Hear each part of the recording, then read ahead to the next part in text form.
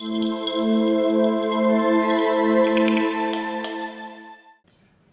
हमारे साथ एक बार फिर से हैं माननीय राकेश चौरसिया जी। इधर बार बार ये जब हम लोग रिकॉर्डिंग कर रहे थे तो आपका हस्तक्षेप हो रहा था।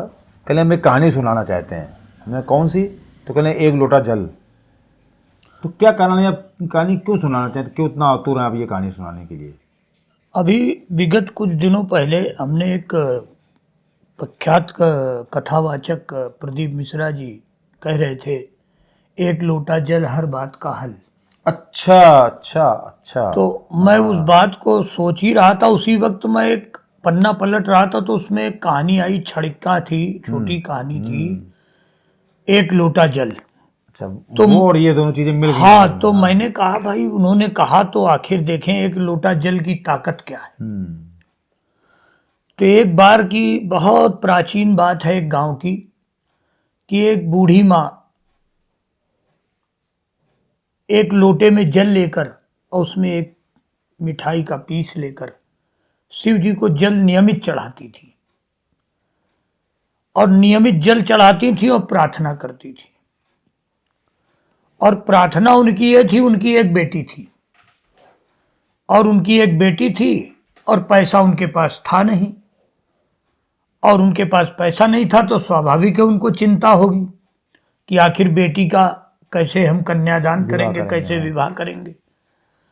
तो वो एक लोटा जल जब मैंने पढ़ी तो मैं भाव विभोर हो गया कि देखिए, कभी कदार समाज में बहुत से प्रकार के चरित्र हैं, बहुत से प्रकार के व्यक्तित्व हैं, और कहाँ से कौन किसका भला करे ये शिव जी जानते हैं।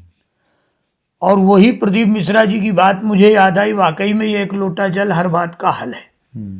तो वो बूढ़ी माँ जब जल चढ़ाती थी तो उनको भी नहीं मालूम था कि इतना अच्छा हो जाएगा, लेकिन कैसे हो जाएगा ये मैं आपको बताता हूं। वो जल चढ़ाने जा रही थी, तो एक बार वो जब जल नियमित जाती थी, तो एक बार जब वो जल चढ़ाने जा रही थी तो वहां पर मंदिर में कोई व्यक्ति कोने में छुपा कांप रहा था। तो बूढ़ी माँ से देखा नहीं गया और पानी पानी मांग रहा था। तो बूढ़ी माँ ने कहा, कौन? तो उन्होंने कहा, माई हम हैं, पानी है क्या? बोले, बेटा पानी तो शिव जी को चढ़ाने के लिए लाई हूं, लेकिन भूखे को खाना और प्यासे को पानी, यही बाबा बर्फानी की निशानी। तो उन्होंने जो है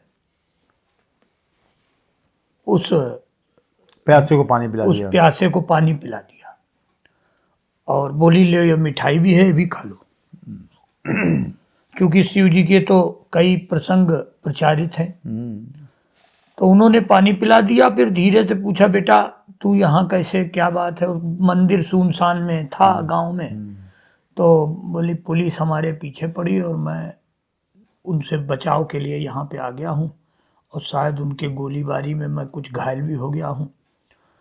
तो उन्होंने कहा, अच्छा ठीक है। तो बोली, माई आप कहाँ रहती हो? बोले, बेटा वहाँ रहते हैं। बोले, माई और घर में कौन कौन है? बोले, एक बेटी है। बोले, उसकी शादी हो गई? बोले, वही तो दिक्कत है, हमें उसकी शादी करनी है। अरे बोले, माँ आप जाओ गांव और अपनी बेटी की शादी की तैयारी करो,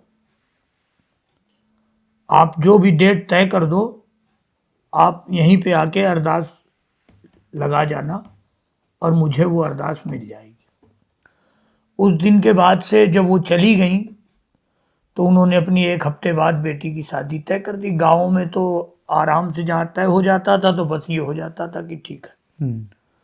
और वो रोज वहां पे एक चिट लिख के धर गई, और वो तीसरे दिन वो आया होगा, उसको वो चिट मिल गई, जो व्यक्ति प्यासा था, जल पी गया था, पी गया था। तो उसने इतना सामान भेज दिया, खाने पीने का, अनाज, कपड़े लत्ते, जेवर, सोना जेवर, कार्यक्रम के लिए सब कुछ भेज दिया उसने। और उस माँ की बेटी का शादी हो गई, आलीशान शादी हो गई। गांव वाले दंग रह गए कि बोले, भाई देखो तो उनके पास तो कुछ था नहीं, इसे कैसे कर दिया? लड़के वाले भी दंग थे, बोले हमने तो गरीब समझ के किया था, इन्होंने तो सब कुछ दे दिया। तो यही भोलेनाथ की कृपा है। जब एक लोटा जल से शिव जी के चरणों में किसी डाकू जैसे व्यक्ति का हृदय परिवर्तित हो सकता है, तो आप समाज के लोगों से मैं निवेदन करना चाहता हूं कि आप लोग भी अपने हृदय में इतनी व्यापकता रखिए, इतनी प्राथमिकता दीजिए कि जलाओ दिए पर रहे ध्यान, इतना अंधेरा धरा पर कहीं रह ना जाए, और कल्याण कीजिए, क्योंकि शिव जी की लीला है, अपरंपार है, व्यापक है। जय बाबा।